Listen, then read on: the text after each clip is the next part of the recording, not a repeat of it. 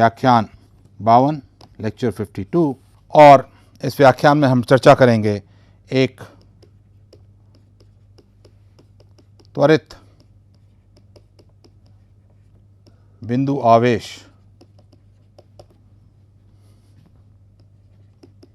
द्वारा विद्युत चुंबकीय तरंगों या विकिरण का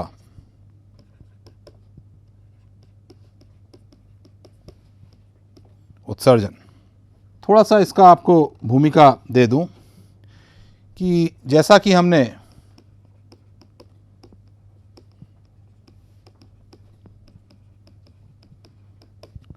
व्याख्यान 47 में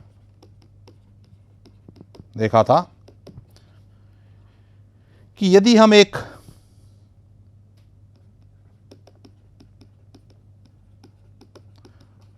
आवेशित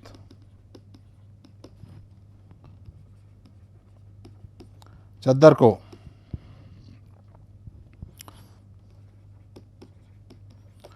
अचानक से चलाएं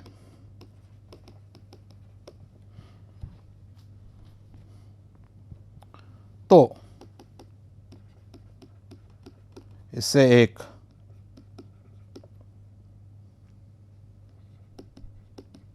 बहता हुआ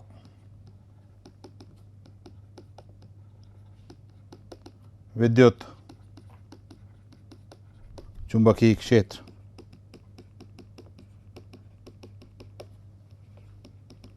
बनता है और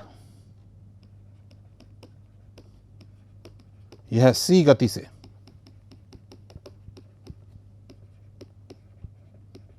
चद्दर की दोनों ओर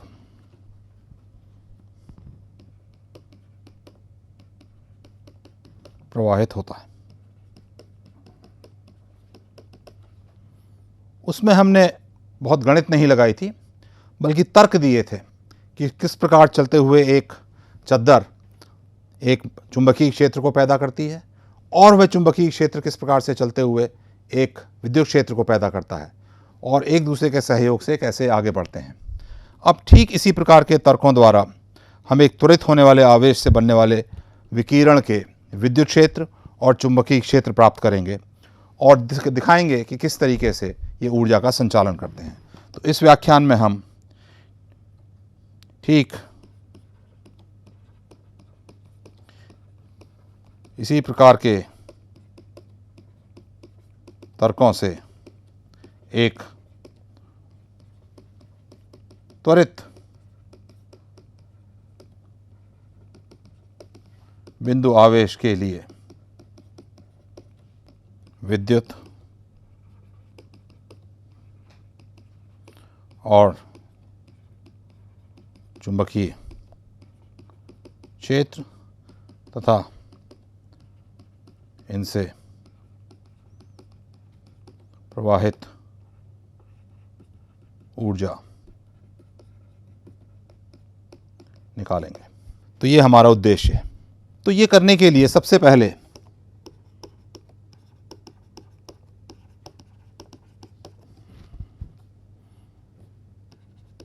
हम विकिरण के विद्युत एवं चुंबकीय क्षेत्रों के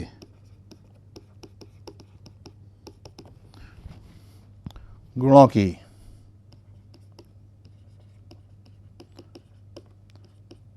पुनरावृत्ति कर लेते हैं।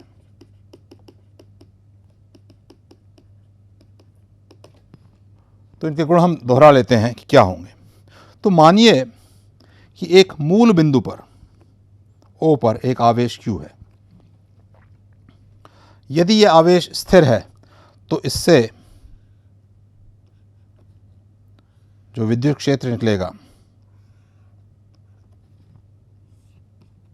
वो इस प्रकार चारों ओर स्फेरिकल सिमेट्री के साथ, गोली सिमेट्री के साथ जा रहा होगा। और यदि यह आवेश समान गति v से चल रहा हो और यदि v c से बहुत कम हो, तब भी इसके चारों ओर एक सिमेट्रिक इलेक्ट्रिक फील्ड बनेगा। यदि v बहुत ज़्यादा हो तो ये क्षेत्र लंबवत दिशा में गति के ज़्यादा घना हो जाता है और गति की ओर कम घना हो जाता है, परंतु हम उस स्थिति की चर्चा नहीं कर रहे हैं। हम चर्चा कर रहे हैं उस स्थिति की जहाँ वेग बहुत कम है। और साथ में यहाँ पर हम ये भी बताना चाहेंगे कि समान वेग से चलने वाला आवेश कोई विकिरण नहीं देता। और इसके लिए बहुत आसान एक तर्क दिया जा सकता है कि आप उस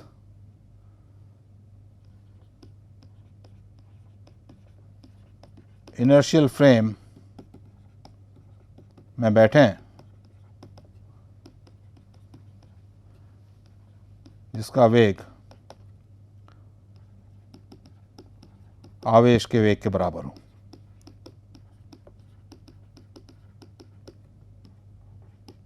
तो इसमें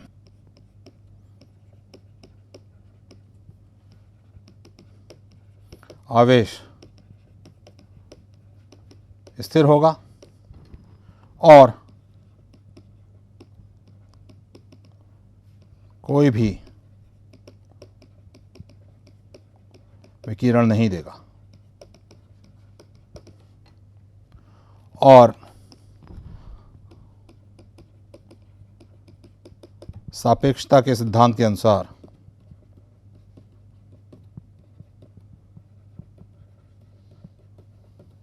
यह किसी दूसरे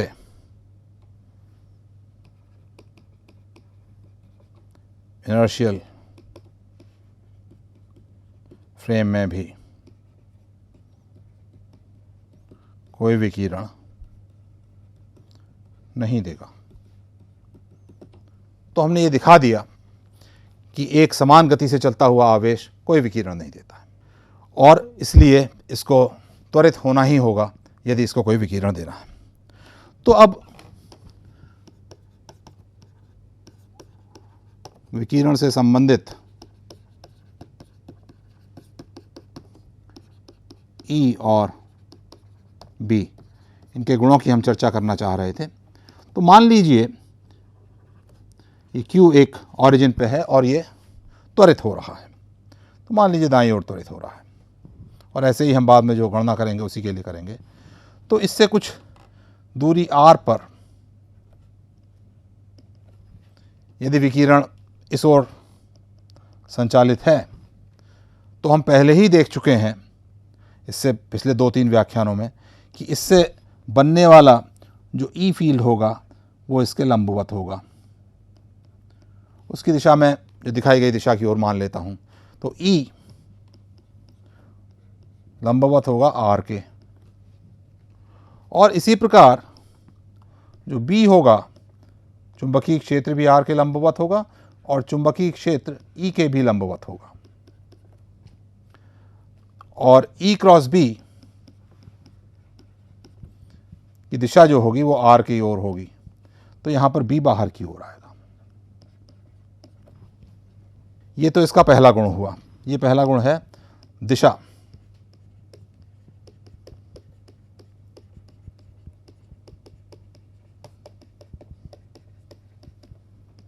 और दूसरा गुण हम लेते हैं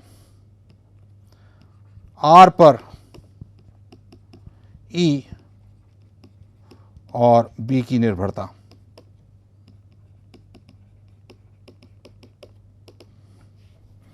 पुनः ये आवेश लेते हैं और इससे कुछ दूरी पर हमने देखा कि E इस प्रकार है और B कागज़ से बाहर की ओर या इस पर्दे से बाहर की ओर आ रहा है, और इसके कारण जो पॉइंटिंग वेक्टर S होगा वो बाहर की दिशा में होगा जिस ओर विकिरण जा रहा है। अब S प्रोपोर्शनल होता है E क्रॉस B के, और इससे निकलने वाली ऊर्जा चाहे वो R पर हो, R1 पर हो, R2 पर हो, कुल ऊर्जा समान रहनी चाहिए। तो इसका अर्थ यह हुआ कि ऊर्जा प्रति मीटर स्क्वायर प्रोपोर्शनल होनी चाहिए 1/r² के। क्यों? जिससे कुल ऊर्जा हर r के लिए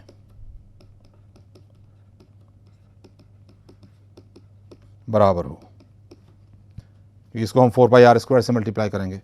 तो इसका अर्थ यह हुआ कि S का मान r पर निर्भर करेगा 1/r² की तरह, और चूंकि विकिरण में E और B भी एक दूसरे के समानुपाती होते हैं, तो इसका अर्थ यह होगा कि E का मान विकिरण के लिए होगा 1/r के समानुपाती, और इसी प्रकार B का मान भी 1/r के समानुपाती होगा, जिससे E और B का गुणा करने पर हमें 1/r² मिल जाएगा। ये दो गुण बहुत आवश्यक हैं कि E जिस ओर विकिरण जा रहा है उसके लंबवत हो, B उसके लंबवत हो, और इनका मान R पर 1/r इस प्रकार से निर्भर करें। यदि हम ये दो चीज़ें निकाल लेते हैं तो हमने विकिरण वाले विद्युत चुंबकीय क्षेत्र को निकाल लिया है। तो अब हम इसको आगे बढ़ाते हुए मानते हैं मूल बिंदु x बराबर 0 और y बराबर 0 और z बराबर 0 पर एक बिंदु आवेश q है जो समय t बराबर 0 पर बहुत सूक्ष्म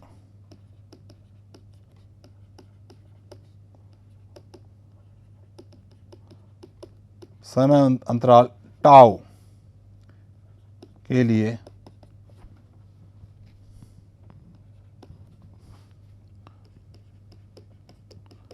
त्वरित होता है और v गति से चलने लगता है।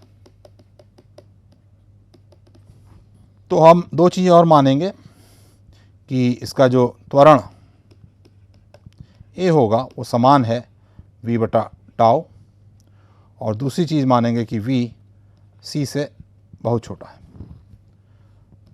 तो हम नॉन रिलेटिविस्टिक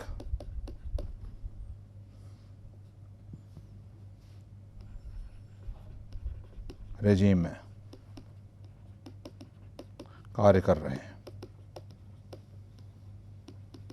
तो जो भी परिणाम हम निकालेंगे वो तब उसी रीजन के लिए जब v बहुत छोटा हो उसके लिए ठीक होंगे। तो ये v गति से चलने लगता है। अब हम t बराबर 0 पर और कुछ समय t बाद आवेश की बल रेखाएं खींचते हैं।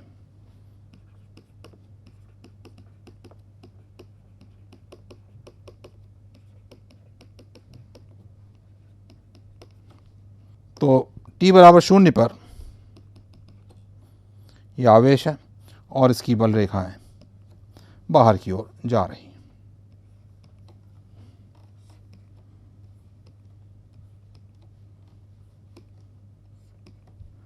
और यदि हम समय t की बात करें तो उस समय तक यह आवेश मूल बिंदु से vt दूरी चलते हुए x बराबर vt पर पहुंच गया है, और चूंकि हमने माना है कि v बहुत छोटा है c के अपेक्षाकृत, तो यहाँ पर भी ये रेखाएं इसी प्रकार होंगी इसके चारों ओर।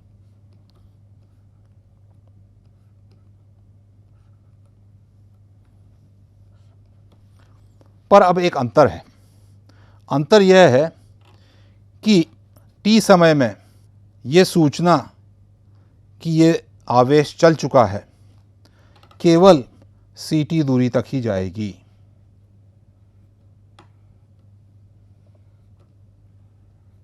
तो इसकी त्रिज्या ct है और इसके बाहर ये सूचना नहीं पहुंची है। तो इसके बाहर जो बल रेखाएं होंगी वो वैसी ही होंगी जैसे कि t बराबर 0 पर थी, और बीच में t बराबर t से t प्लस टाउ तक एक आवरण है जिसमें हम विद्युत क्षेत्र निकालना चाहते हैं, लेकिन इससे बाहर अवश्य ही ये रेखाएं इस प्रकार हैं जैसे कि t बराबर 0 पर थी। इसको मैं पुनः अगले पृष्ठ पर बनाऊंगा।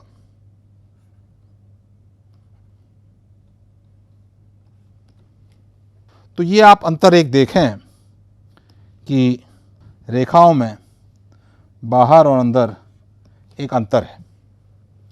अंदर ये इनका केंद्र वहाँ पर है जहाँ पर कि चार्ज की अभी स्थिति है, और बाहर जैसे कि चार्ज मूल बिंदु पर ही रहा हो, और इनके बीच में क्या होगा ये हमको जानना है। तो पुनः ये चित्र बनाते हुए अब मैं थोड़ा सा इसको बड़ा बना देता हूँ। यहाँ पर मूल बिंदु है और इससे vt दूरी पर यह आवेश जा चुका है, और थोड़ा बड़ा सा हम ct बना लेते हैं। तो ये इसका केंद्र गोले का इस आवेश पर है। तो यहाँ तक तो रेखाएं ऐसी दिखेंगी, और इसके बाहर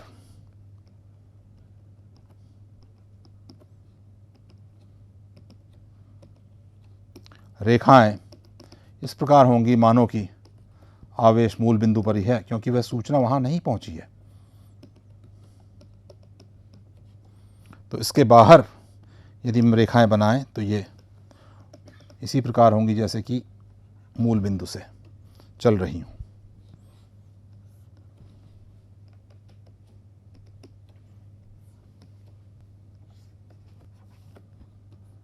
इस ओर ऐसे और इस ओर ऐसे।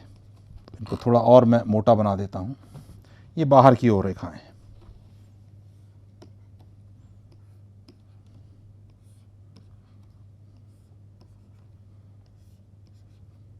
तो आप ये सोच रहे होंगे कि मैंने बाहर भी उतनी ही रेखाएं क्यों बनाई जितनी कि अंदर हैं। इसका कारण यह है कि E डॉट ds गॉस के नियम से बराबर q है, और ये चलते हुए आवेश और रुके हुए आवेश दोनों के लिए सत्य है। तो जो फ्लक्स होगा E का, जिसको हम रेखाओं के नंबर से नापते हैं, वह समान रहेगा, और बीच में भी यह समान रहेगा।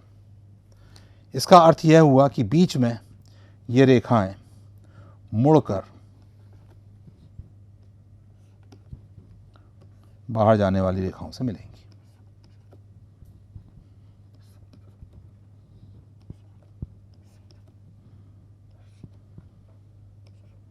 तो अब आप देख सकते हैं कि जो मैंने गुलाबी रंग में इस बीच के समय में जो बल रेखाएं बनाई हैं वे त्रिज्या की दिशा में नहीं हैं बल्कि तिरछी हैं, और चूंकि ये तिरछी हैं तो इनके दो घटक होंगे, एक त्रिज्या की दिशा में और उसके एक लंबवत, एक त्रिज्या की दिशा में और उसके एक लंबवत, एक त्रिज्या की दिशा में और उसके एक लंबवत।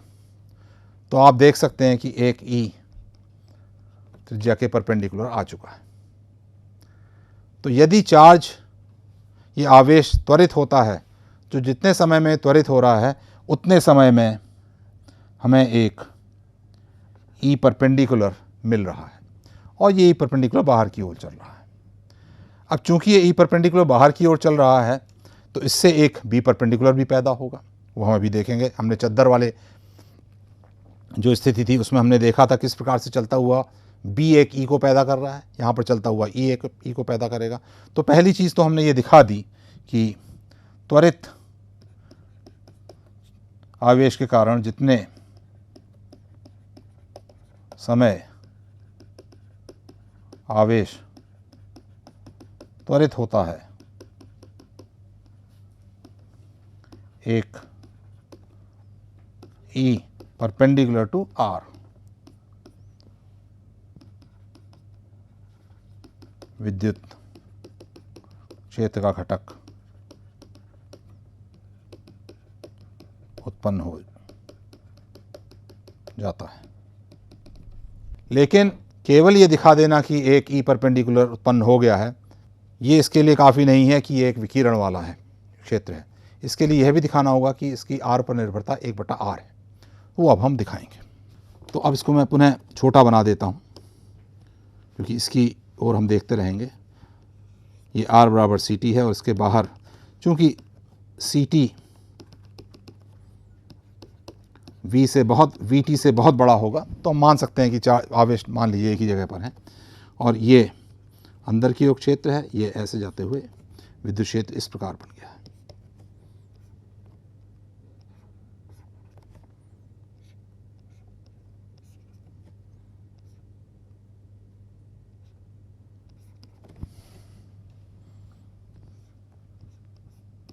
तो बीच में इसमें एक विद्युत क्षेत्र पैदा हो गया है जो कि ई परपेंडिकुलर लिए हुए। अब इसके लिए हम एक चित्र और बनाते हैं। आप पिछले चित्र को यदि ध्यान दें तो बीच में ओ से वी टी दूरी तक ये आवेश गया और एक दूरी सी टी प्लस टाउ के बाहर ये केंद्र से निकलती हुई त्रिज्या की ओर है और अंदर सी टी दूरी तक ये इसकी प्रेजेंट पोजीशन से बाहर की ओर जा रहा है और बीच में ये विद्युत क्षेत्र इस प्रकार से इससे जुड़ जाता है। अब यदि मैं एक अंदर वाली त्रिज्या के लंबवत एक दूरी खींचूं और ये कोण थीटा मानूं तो ये कोण भी थीटा होगा। यहाँ पर दूरी वी टी साइन थीटा हो जाएगी और जो दूरी यहाँ पर इतनी है ये सी टाउ हो जाएगी। तो यदि मैं अब बाहर की ओर देखूं तो इस ई के दो घटक हैं, एक ई आर लिख देते हैं और एक ई परपेंडिकुलर आर के लिख देते हैं। यदि मैं यहाँ पर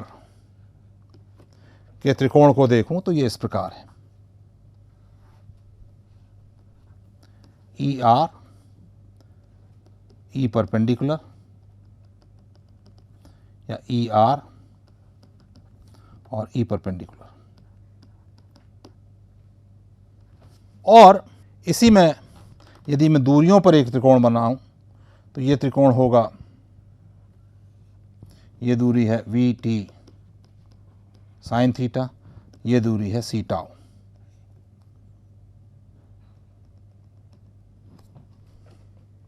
तो आप देख सकते हैं इन दोनों त्रिकोणों की समानता से कि ई परपेंडिकुलर बटा ई आर बराबर होगा वी टी साइन थीटा बटा सी टाउ। इसलिए ई परपेंडिकुलर बराबर हो जाएगा वी टी साइन थीटा बटे सी टाउ ई आर। और ई आर गाउसेस लॉ से, गॉस के नियम से, जो कि कहता है कि इसका यदि क्षेत्रफल के साथ गुणा करा जाए तो चार्ज के बराबर आ जाएगा, तो ये बराबर हो जाएगा वी टी साइन थीटा बटे सी टाउ क्यू बटे 4 पाई एप्सिलॉन 0 आर स्क्वायर। ये हमने यहाँ पर गॉस का नियम लगा दिया।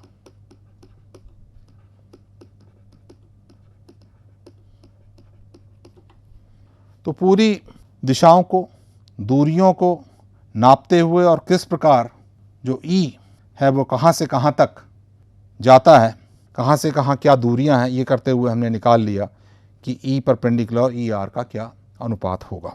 तो इससे हमको मिल गया कि ई परपेंडिकुलर बराबर है वी टी साइन थीटा बटे सी टाउ गुणा Q upon 4 pi epsilon 0 R square, और ये आर बराबर सी टी और सी टी प्लस टाउ के बीच में है। अब हम v बटा टाउ बराबर एक्सेलरेशन लिख देंगे, सी टी बराबर आर ले लेंगे। तो हम देखेंगे ये करते हुए कि हम लिख सकते हैं ई परपेंडिकुलर बराबर क्यू ए साइन थीटा बटा 4 pi epsilon 0 C square R theta C T plus tau minus R minus theta C T minus R, जहाँ थीटा एक्स बराबर है 1 यदि x ग्रेटर देन 0 और बराबर है 0 यदि x लेस देन 0। तो इस प्रकार हमको ई का मान मिल गया और कहाँ पर ये 0 नहीं है यह मिल गया। और ये आप देखें कि यदि हम इस आवेश का त्वरण लें a इस दिशा में, तो इससे यदि थीटा एंगल पर लें तो इसका मान साइन थीटा के साथ बदलता है। तो यहाँ पर ई परपेंडिकुलर 0 होगा और थीटा बराबर पाई बाई 2 ई परपेंडिकुलर अधिकतम होगा। और आप देख सकते हैं 1/r इस प्रकार से बदल रहा है। तो ये अब विकिरण के लिए जो विद्युत क्षेत्र होना चाहिए उसके दोनों गुण उसके अनुसार है। तो यह क्षेत्र विकिरण का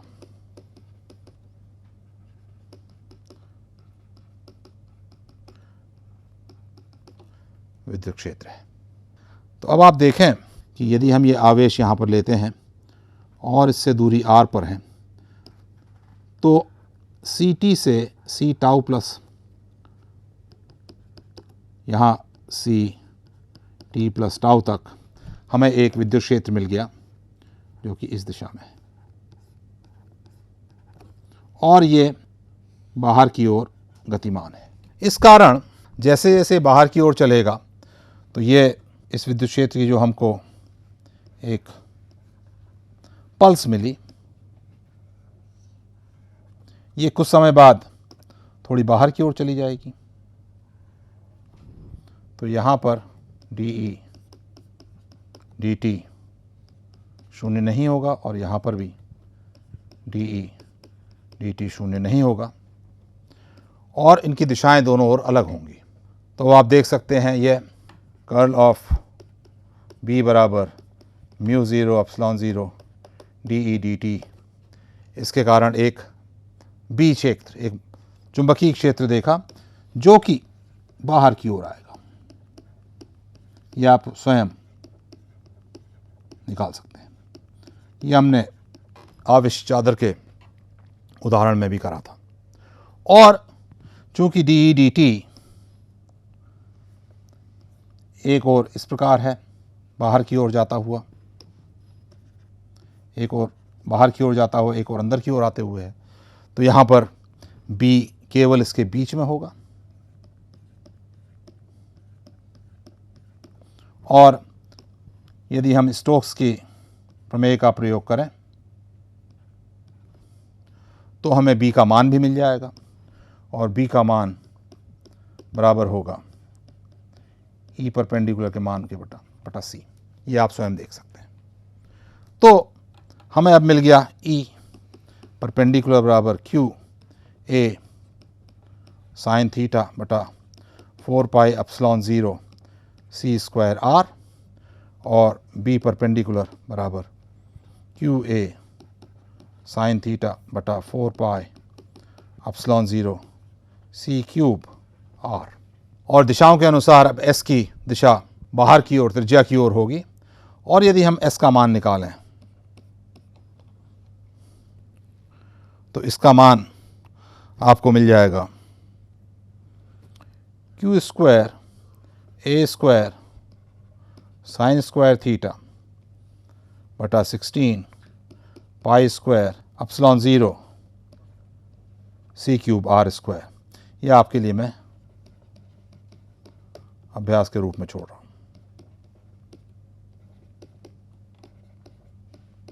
इसमें आपको प्रयोग में लाना पड़ेगा कि म्यू 0 एप्सिलॉन 0 1/c स्क्वायर है। तो ये तो s का मान थीटा पर हुआ। फिर से आप देख सकते हैं कि थीटा बराबर 0 पर कोई ऊर्जा नहीं जाती, और थीटा बराबर π/2 पर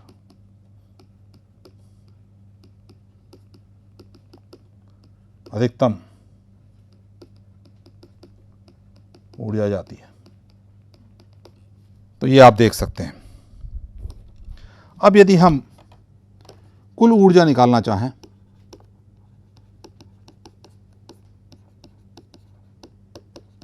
तो इसको हमको S को 2 पाई r square d cosine theta, theta बराबर 0 टू पाई, ये इंटीग्रेशन करना होगा। और यदि हम ये करें तो आप पाएंगे कि इसका मान बराबर आ जाता है q स्क्वायर a स्क्वायर बटा 6 पाई एप्सिलॉन 0 c क्यूब्ड। तो प्रति सेकंड ये जो त्वरित होता हुआ आवेश है, बिंदु आवेश, इतनी ऊर्जा को बाहर निकालता है। अब माने कि यदि यह आवेश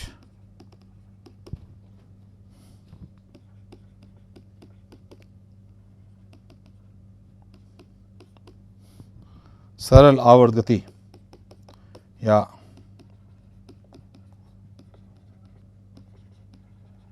सिंपल हार्मोनिक मोशन कर रहा हो तो इसका जो xt होगा वो बराबर होगा a साइन ओमेगा टी, और इसका जो त्वरण होगा a t वो बराबर होगा minus omega square a sine omega T. तो जो कुल ऊर्जा प्रति सेकंड मिलेगी वह होगी q स्क्वायर आयाम स्क्वायर ओमेगा रेज़ टू 4 बटा 6 पाई epsilon 0 c cubed sine square omega T. और इसका यदि हम समय के साथ औसत लें तो यह बराबर आ जाएगी q square a square omega raise to 4 बटा 12 पाई एप्सिलॉन 0 c क्यूब्ड। इसको हम लार्मर का सूत्र कहते हैं। इसके अनुसार एक सरल आवर्त गति या सिंपल हार्मोनिक मोशन करता हुआ जो आवेश है, बिंदु आवेश, वो इतनी ऊर्जा प्रति सेकंड बाहर की ओर निकालता है। तो आप देख सकते हैं कि एक सिंपल हार्मोनिक मोशन करता हुआ आवेश जिसका xt या yt या zt बराबर ओमेगा बराबर a साइन ओमेगा t हो, इससे निकलने वाली कुल ऊर्जा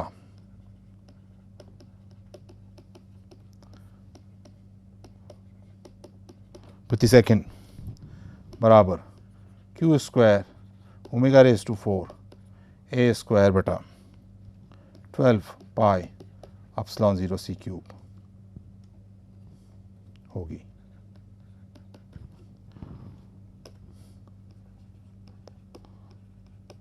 कुल ऊर्जा प्रोपोर्शनल है इसके आयाम के स्क्वायर के। कुल ऊर्जा प्रोपोर्शनल है ओमेगा रेज टू 4 के या 1 ओवर लैम्डा रेज टू 4 के।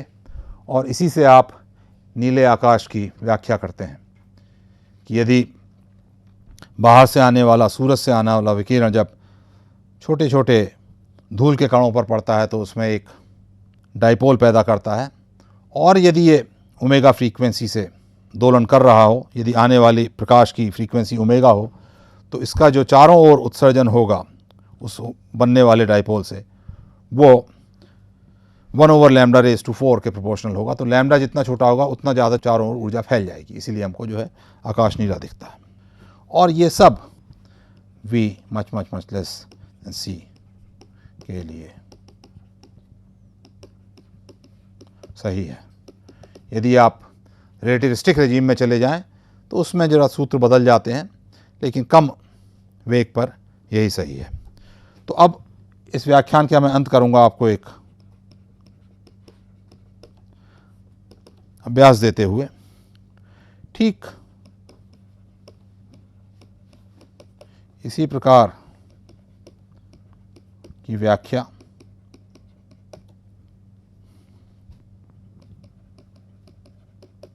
व्याख्यान 47 में ली गई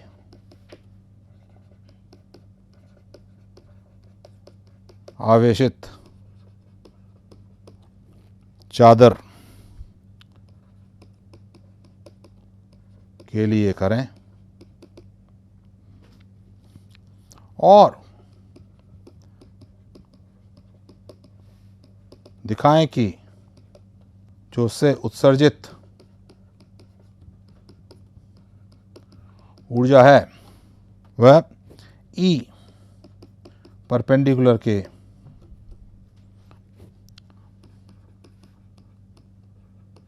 विरुद्ध चादर को